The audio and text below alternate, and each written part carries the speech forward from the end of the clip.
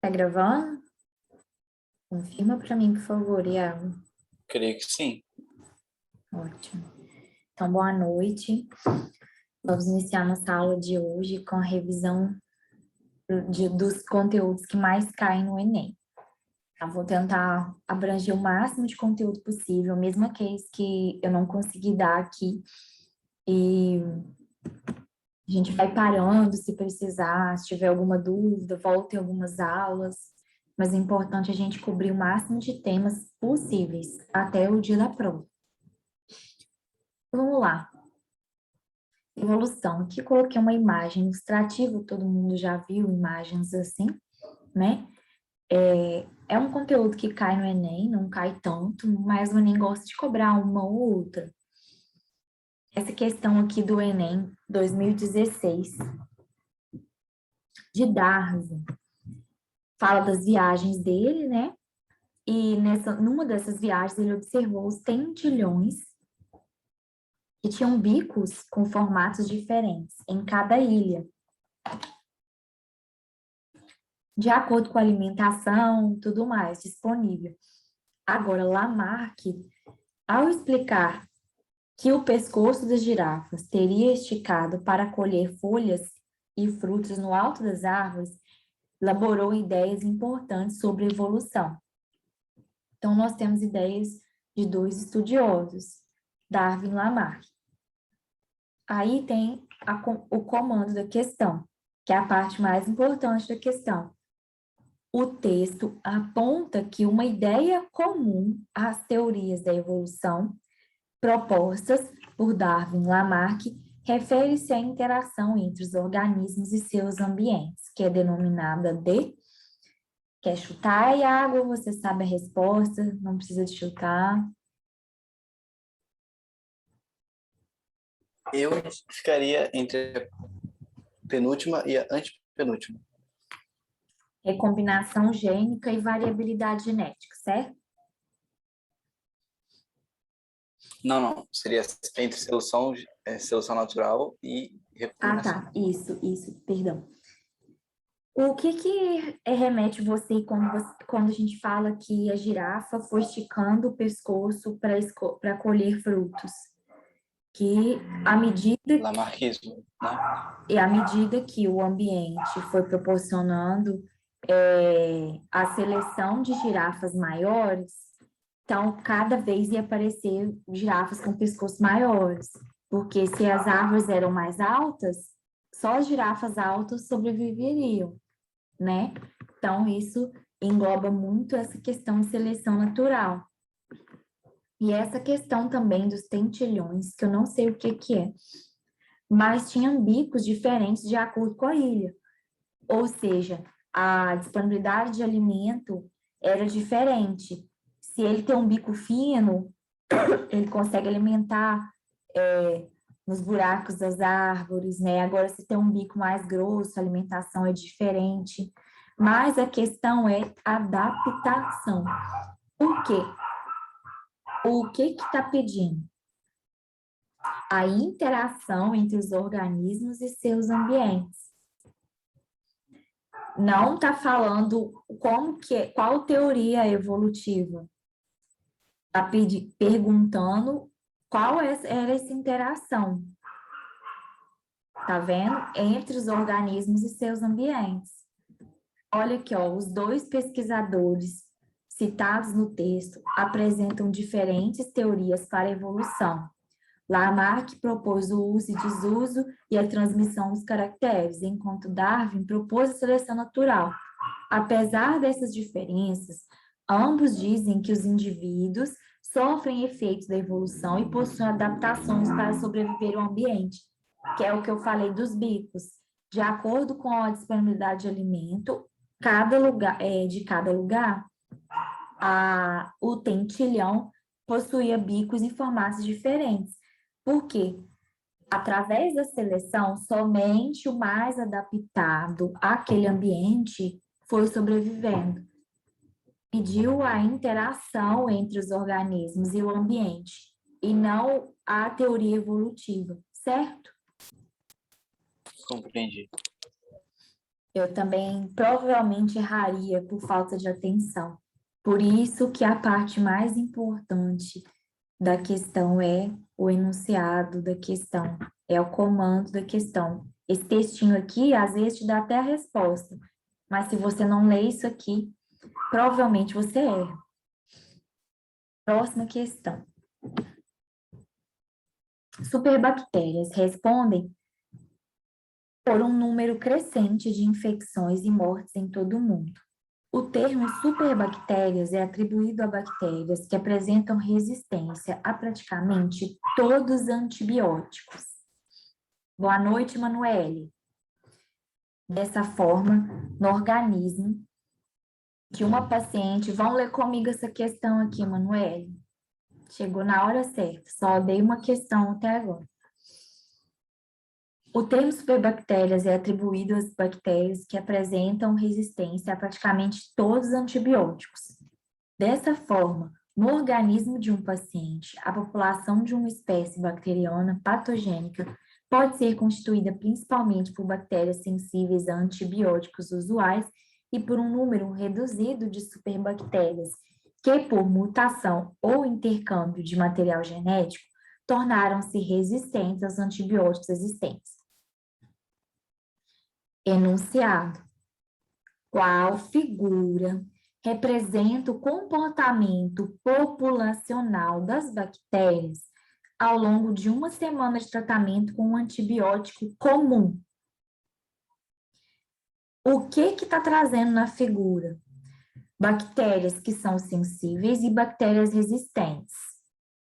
No gráfico, na abscissa, na ordenada, a gente tem o número de população de bactérias e os dias de tratamento com antibiótico. Tem aqui o gráfico A e os outros gráficos na próxima página. Qual gráfico vocês acham que representa o comportamento da bactéria, que é sensível, e uma bactéria que é resistente? Pensem comigo, vamos fazer juntos. Uma bactéria sensível ao antibiótico, ela vai morrer com o antibiótico ou ela vai viver com o antibiótico? Ela vai conseguir viver? Sensível. Oi? A sensível a morrer, certo? Vai diminuir, Obviamente. né? Vai, exatamente, Manuel, isso aí, vai diminuir a população. Então, se são bactérias sensíveis, tem até a resposta. Ela não vai crescer, então letra A não é. Então, o que pode ser? Letra B? Letra C pode ser? Não, porque elas vão crescer, tá vendo? Letra D pode ser? Pode. Letra E não pode ser, porque tá falando que vai ficar constante.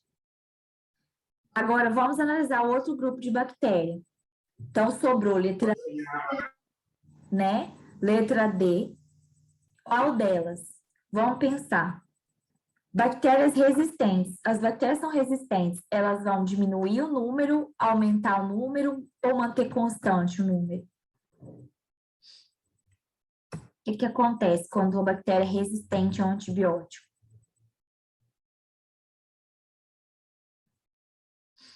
Ela aumenta. Porque não, ela vai continuar crescendo, né? Vai continuar proliferando. Então, qual letra que é? A B. Isso aí. Porque se ela é resistente ao antibiótico, vai dar o antibiótico, ela não vai. Pouquinho dela vai morrer ou nenhuma. Por isso que a gente fala para não ficar dando antibiótico sem critério, né? Para ter muito critério para dar o antibiótico. Aí aqui não é só uma contextualização. A população de bactérias sensíveis é maior. Ao longo do tratamento, mutações podem surgir, formando bactérias que são resistentes ao antibiótico. Estas irão se reproduzir, aumentando o tamanho populacional, e as sensíveis vão diminuir. É isso. Tranquilinha essa, né? Mas tem que prestar atenção no gráfico. Próximo.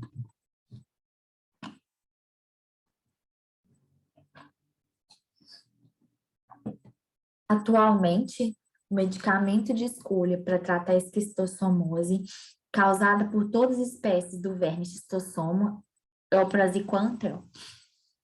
Apesar de ser eficaz e seguro, seu uso em larga escala e tratamentos repetitivos em áreas endêmicas tem provocado a seleção de linhagens resistentes. Qual o mecanismo de seleção dos vermes resistentes citados? O que vocês acham?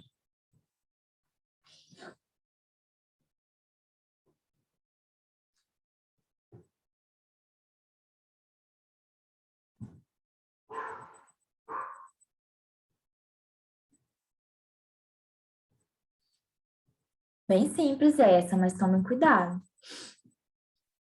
Querem responder ou querem que eu dê resposta?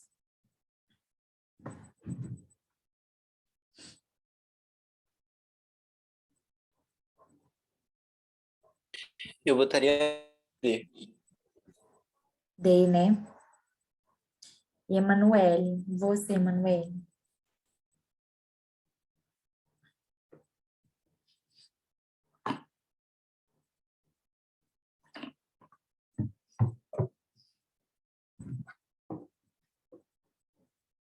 Por que a letra A, Emanuele? Ó, os vermes tornam-se resistentes ao entrar em contato com o medicamento.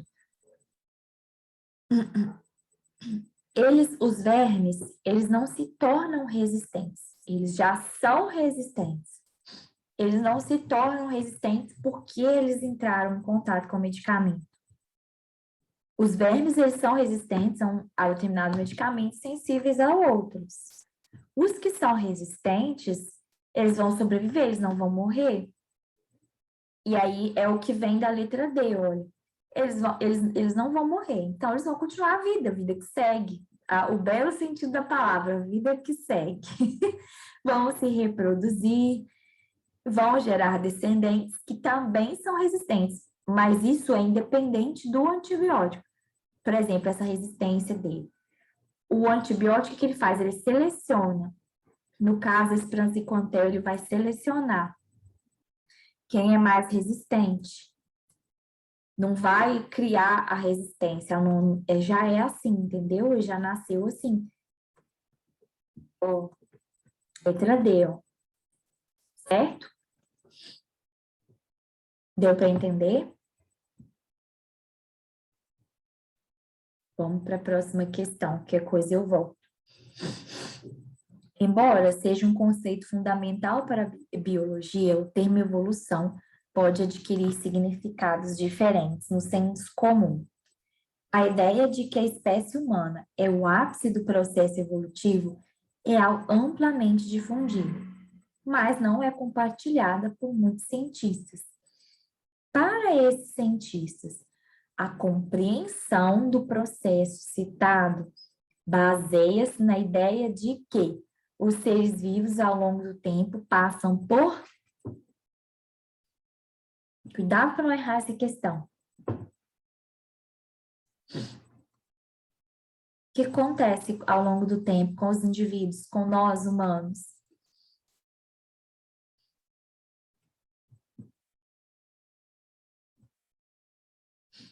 Modificação de características.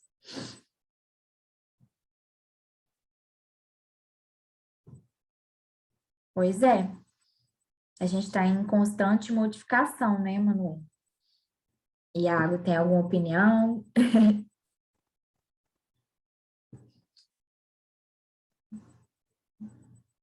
É exatamente isso. Concordo. Vamos lá. Certinho. Aí só uma contextualização. A espécie humana não é o ápice do processo evolutivo, pois todas as espécies viventes estão em constante evolução. A evolução é um evento contínuo que modifica as características dos organismos e não necessariamente altera para condições mais vantajosas. Certo? Questão em 2013.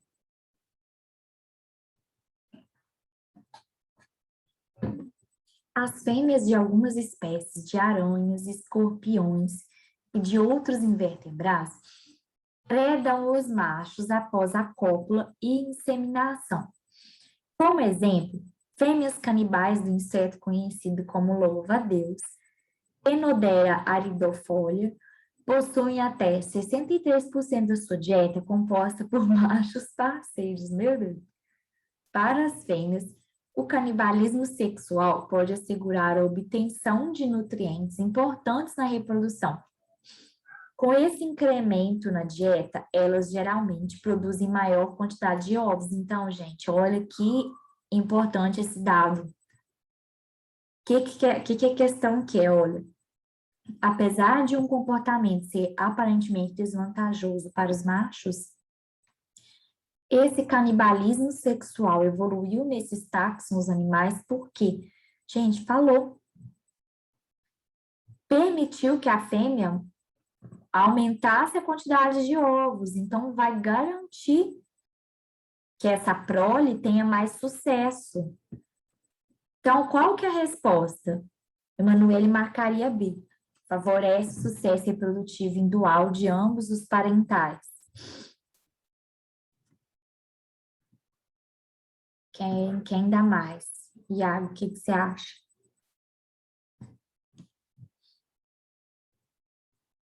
B também.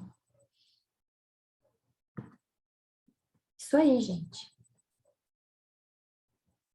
A vantagem para a fêmea se mostra clara na obtenção de nutrientes para formar o ovo, mas a própria formação do ovo estar mais garantida é vantajosa para o macho, já que isso garante que a prole com seus genes será formada. Então, ou seja, o macho morre para que seus filhos possam viver. O tempo que a fêmea usa para comer o macho pode ser usado para ele liberar esperma, aumentando as chances de fecundação.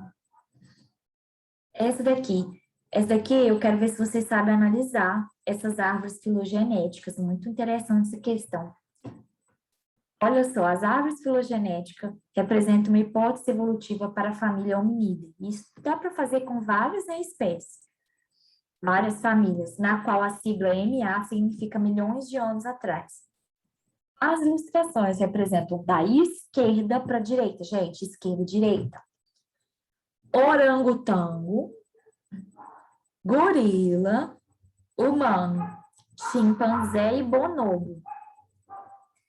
Considerando a filogenia representada, a maior similaridade genética será encontrada entre os humanos. E quem é mais similar aos humanos, gente? Quero ver se vocês sabem analisar isso. É detalhe. Olha o desenho e me fala. Quem é mais similar ao humano?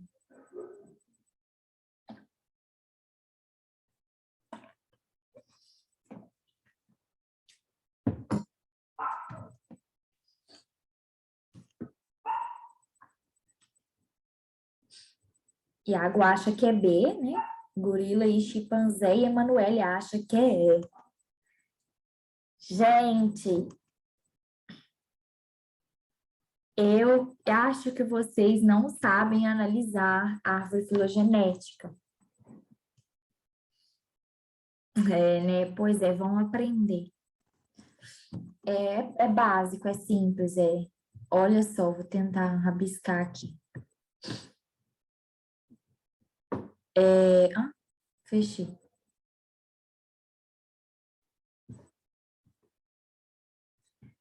Olha aqui é o ramo que dá origem aos humanos,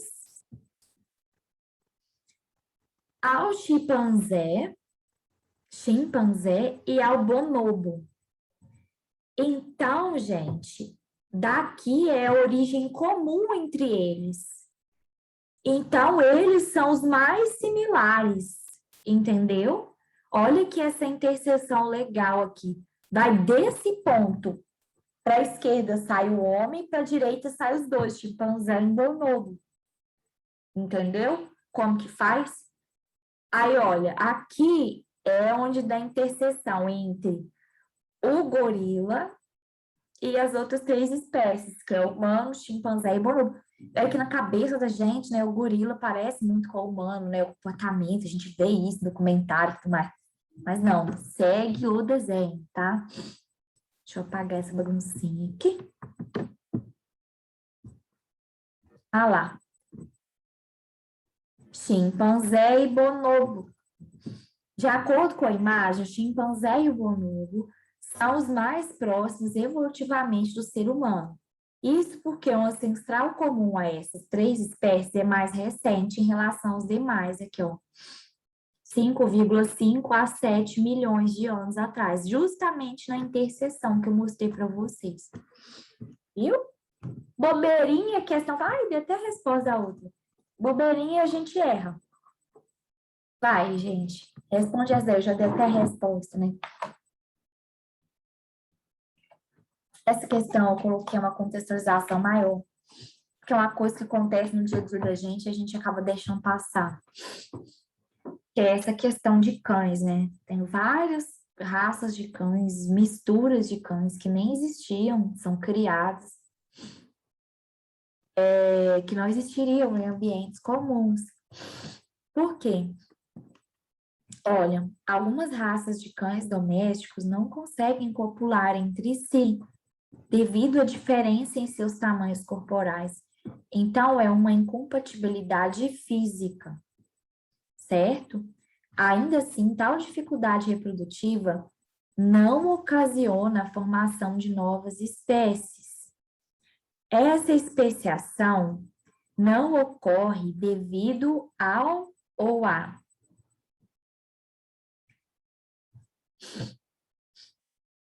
O que vocês acham?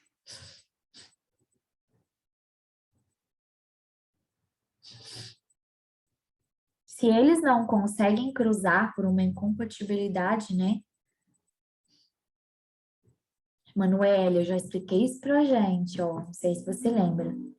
É o fluxo, é a transmissão de um gene para os descendentes, entendeu? É o fluxo de gene passando de descendente em descendente. O gene daquela espécie vai passando. Então, é o fluxo gênico.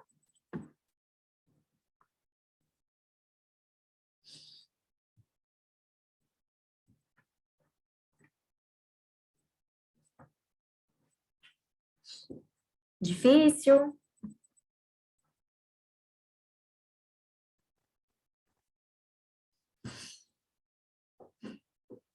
Querem que eu dê resposta?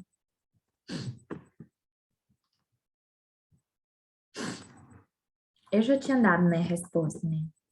Manutenção do fluxo gênico, exatamente onde você ficou em dúvida, Manuel.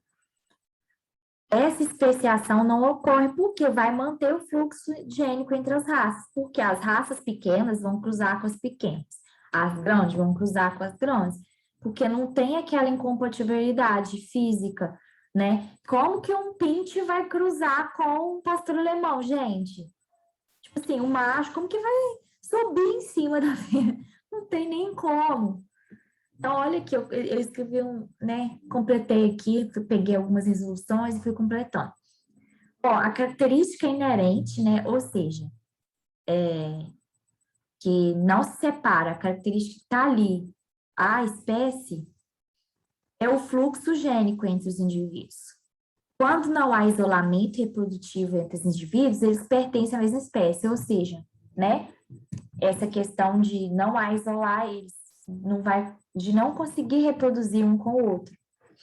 Os cães domésticos possuem uma grande variedade de raças, variação dentro da espécie. Todos os cães domésticos continuam sendo da mesma espécie. Algumas raças têm dificuldade de copular, porque elas possuem tamanho diferente. Aí eu até coloquei aqui, pequinês e pastor alemão. Para se ter o processo de especiação, é necessário um isolamento reprodutivo ao ponto de bloquear o fluxo. Mesmo com as dificuldades, as raças continuam reproduzindo entre si, garantindo que os genes continuem fluindo entre elas. Isso faz com que elas continuem mantendo da mesma espécie. Para haver especiação, é preciso isolamento completo em relação à reprodução. O homem propositalmente participa do processo de fluxo gênico para gerar novas raças. Que é isso que a gente vê, né? Aí, ok, vamos passar então para parasitologia. Tá ok? Essa é revisãozinha, evolução. Vocês podem trazer alguma dúvida também.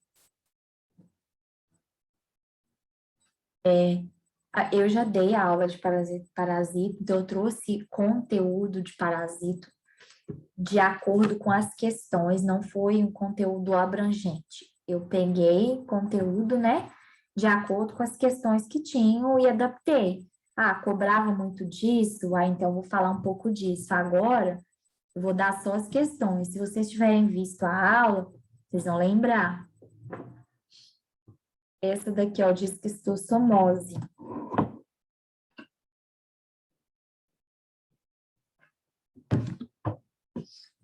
A esquistossomose caracteriza-se pela inflamação do fígado e do baço causada pelo verme Schistosoma mansoni. O contágio ocorre depois que larvas do verme são liberadas na água pelo caramujo do gênero Bionfalario, seu hospedeiro intermediário, e penetram pela pele humana. Após o diagnóstico, o tratamento tradicional utiliza medicamentos por via oral para matar o parasita lá dentro do corpo. Uma nova estratégia terapêutica baseia-se na utilização de uma vacina feita a partir de uma proteína extraída do verme, que induz o organismo humano a produzir anticorpos. Lembra da última aula de vacina, gente?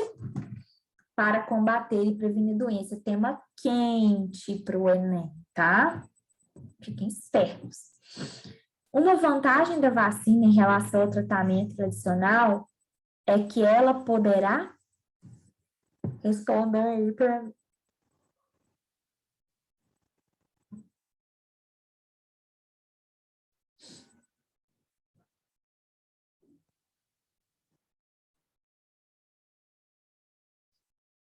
Iago acha que é a letra C, Manoel, quer dar opinião?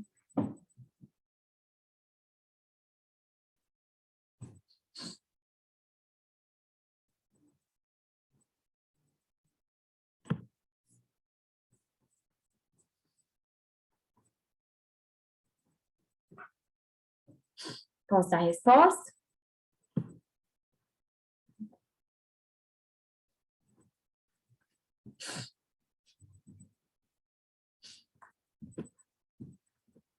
Letra E. Por quê? Olha só, o que está pedindo no enunciado? A vantagem da vacina em relação ao tratamento tradicional.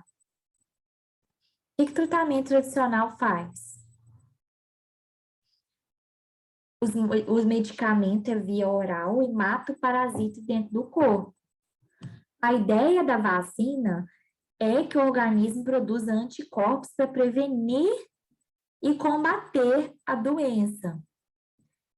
Então, faz sentido para vocês eu dizer que, lembra na última aula, que esses anticorpos são os guardas que vai impedir de entrar no corpo humano. E tem as barreiras do corpo vão impedir, né, que o esquistossoma entre no corpo, e quando ele entrar, os anticorpos vão lá, né, e vão tentar matar todo aquele organismo que é diferente. A vacina vai permitir com que o organismo identifique que isso é diferente e tenha uma arma exatamente suficiente para lutar contra aquele organismo. É que nem eu falei para vocês, se o nosso inimigo ele vai de arco e flecha, você vai lutar com ele com escudo, você não vai deixar o arco e flecha chegar em você, você vai usar escudo. A vacina vai permitir que o organismo produza anticorpos contra aquele organismo. O que você ficou confuso, Emanuele? Você lembra tem que prestar atenção no enunciado da última aula? O que a vacina vai fazer? Exatamente isso que eu expliquei, não é? A vacina ela vai fazer com que o organismo crie anticorpos específicos para lutar contra aquele antígeno específico. Então, e vai criar uma memória. Quando você entrar em contato, né, com aquele indivíduo, aquele antígeno, seu corpo já vai combater ele de cara. E se você combate ele dentro do organismo, né, porque não tem como se combater ele fora, o anticorpo está dentro do seu corpo, você não vai deixar que tenha sintoma, porque o que causa sintomas é o esquistossomo inflamar, né, o fígado, o baço.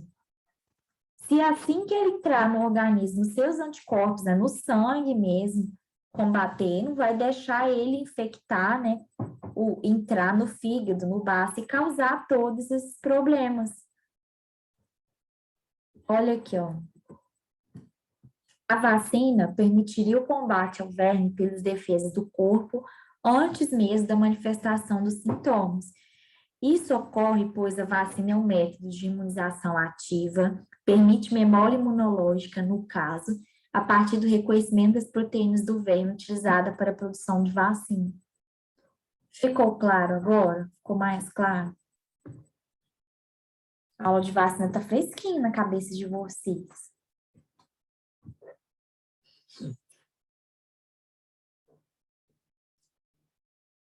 Desembaralhou na sua cabeça, Manoel? Qualquer coisa você me fala que eu volto. Ó, próxima questão. Conhecer o mecanismo de transmissão e disseminação de uma dada enfermidade é de muita importância para fundamentar medidas mais efetivas para o controle da doença. A esquistossomose mansônica, uma doença infecciosa parasitária, é um problema de saúde pública no Brasil. Sua apresentação clínica varia desde a forma assintomática até aquelas extremamente graves. O diagnóstico e o tratamento são relativamente simples, mas a erradicação só é possível com medidas que interrompam o ciclo de vida do parasita. Enunciado. Com base nas informações do texto, avalie qual das propostas seguintes será eficaz no controle da esquistossomose mansônica e na manutenção da saúde geral da população local. O que vocês acham?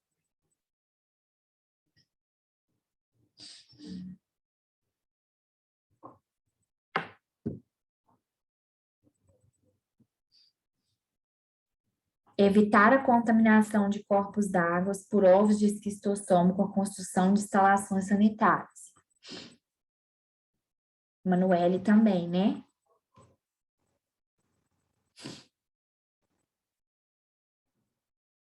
É muito importante, lembra que eu tinha falado para vocês, lembrar qual era o motivo da contaminação. Geralmente envolvia alguma coisa social, falta de saneamento básico, né? Falta de informação. Olha aqui, letra B. A melhor maneira de controlar a esquistossomose são as instalações sanitárias que impedirão a contaminação das águas com os ovos de parasita, do parasita e, consequentemente, seu ciclo. É isso mesmo o caminho, tá, gente? O caminho é esse. Pensar qual que é a forma de contaminação e agir nela. Olha lá o praziquantel de novo.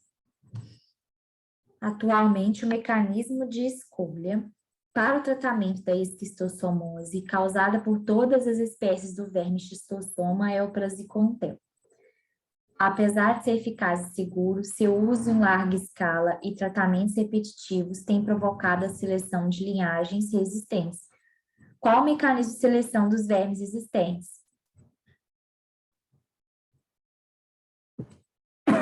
Muito parecida, né, questão.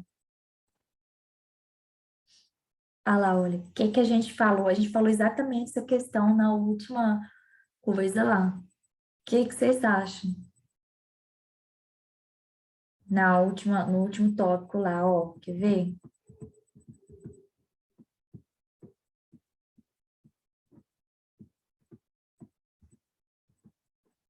Aqui, ó, tá vendo?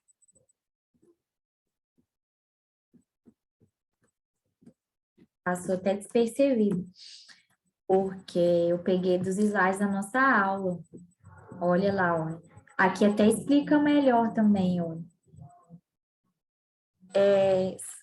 Essa questão, né, da seleção natural, alteração do meio, introdução de um medicamento, seleciona indivíduos com características mais favoráveis, fazendo com que possam ter maior sucesso reprodutivo e possam gerar indivíduos com as mesmas características. Esse é o mecanismo de resistência a medicamentos mais comum. Então, olha, se vocês não tiverem entendido a questão da resistência, aqui eu até expliquei melhor. Aí, próxima questão. Essa não é repetida, não. Quem fez os slides, né? Quem estudou os últimos slides, aí lembra que eu já cobrei essa questão. Bom, Portinari, um dos mais importantes artistas brasileiros, tratou de diferentes aspectos da nossa realidade em seus quadros. Aí tem a temática dos retirantes, e ele descreveu assim: os retirantes vêm vindo com trouxas e embrulhos das terras secas e escuras pedregulhos, doloridos como fagulhas de carvão aceso, corpos disformes, uns panos sujos, rasgados sem cor e pendurados.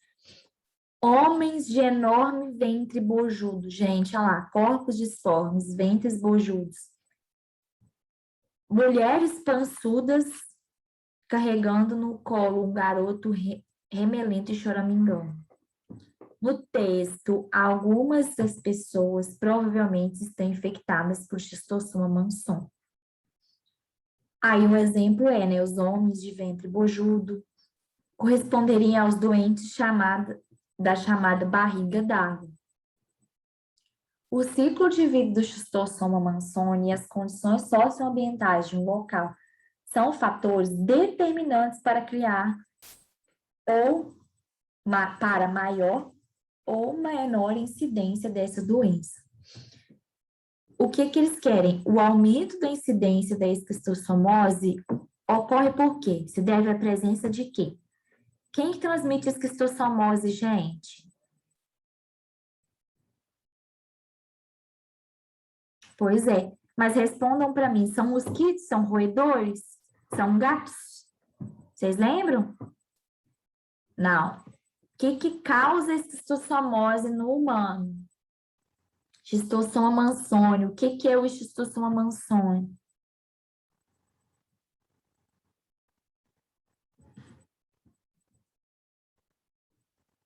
Isso. Letra C, ela olha, indivíduos infectados e de hospedeiros intermediários é ausência de saneamento básico, exatamente. Através do caramujo, né, gente? Lembrando que é o caramujo, né, que propicia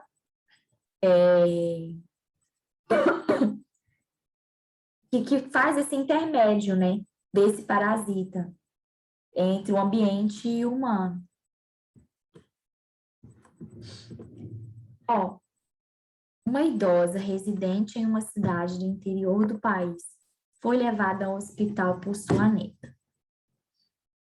Ao examiná-la, o médico verificou que a senhora apresentava um quadro crônico de edema linfático dos membros inferiores e nos seios, concluindo ser um caso de elefantise ou filariose linfática. Preocupada com a possibilidade de adquirir a mesma doença, a neta perguntou ao médico como era possível se prevenir. Qual foi a orientação dada pelo jovem médico? Como que previne da elefantise ou filariose, gente?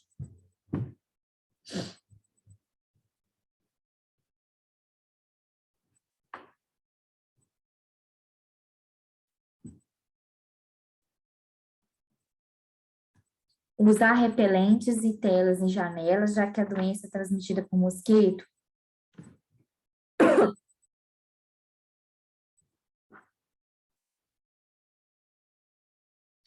Quem acha que é mais?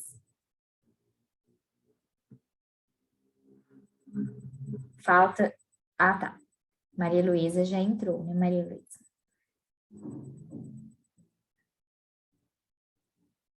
Iago concorda, né? Por quê? O que transmite a elefantise? Vocês lembram? É um inseto. Ah lá, ó, filariose é uma doença parasitária causada por vermes e transmitida através da picada do inseto, que no caso do caramujo lá, também conhecida como filariose linfática ou elefantise. Aqui. Gente, ainda tá faltando. Vamos fazer só mais essa, né? E abrir espaço para a aula da Maria Luísa. Ó, a utilização de extratos de origem natural tem recebido pesquisadores em todo o mundo, principalmente nos países em desenvolvimento, que são altamente acometidos por doenças infecciosas e parasitárias.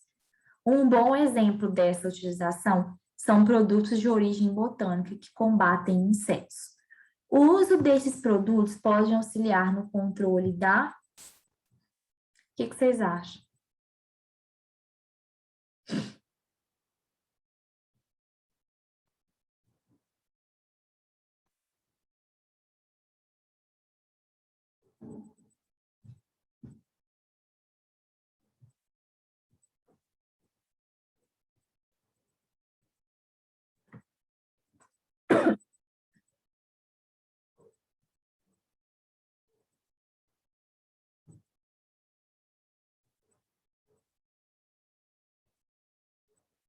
Hein, gente? Tá muito difícil?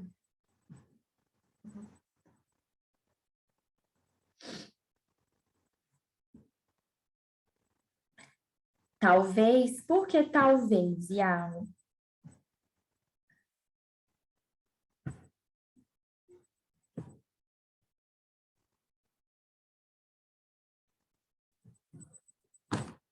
Manoel acha que é C. Ó, o que ele quer? O uso de produtos para auxiliar no controle de uma determinada verminose. O que acontece aqui? A gente quer evitar a infecção de parasitas. Alguns produtos botânicos combatem insetos.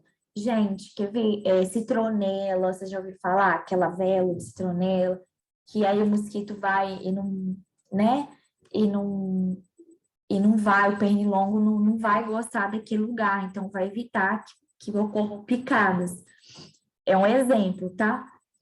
Mas é mais ou menos aí que vai atuar esses produtos de origem botânica. Pensa só, qual desses daqui, eles já pode tirar, né, gente? Que pode ajudar o uso desses produtos a combater esses insetos. Para começar, qual que é transmitido por inseto? Vocês têm que pensar nisso. Qual que é transmitido por inseto? Olha lá, ó. Leishmaniose, ó. Mosquito palha. Vocês lembram que eu pus a foto de um chapéu de palha de todo tamanho, um mosquito bem amarelinho? Olha lá, conhecido como birigui, é um inseto. Qual substância tem ação inseticida, auxilia no controle dos vetores dessa doença? Pensem sempre nisso, em exemplos práticos da vida de vocês, por exemplo, que possam ajudar nisso. Então, quantas flores, quantas plantas a gente pode usar para poder combater, né? Tem uma professora nossa da faculdade que estava fazendo um produto contra dengue, até com pimenta. Ah, Emanuele, não acredito que você não lembra. Pensa só, hanseníase. Transmite o quê? O que a hanseníase transmite? Lepra, lembra? Ó, cadê? Ai, gente, sumiu. Lembra da lepra? Gente, desculpa.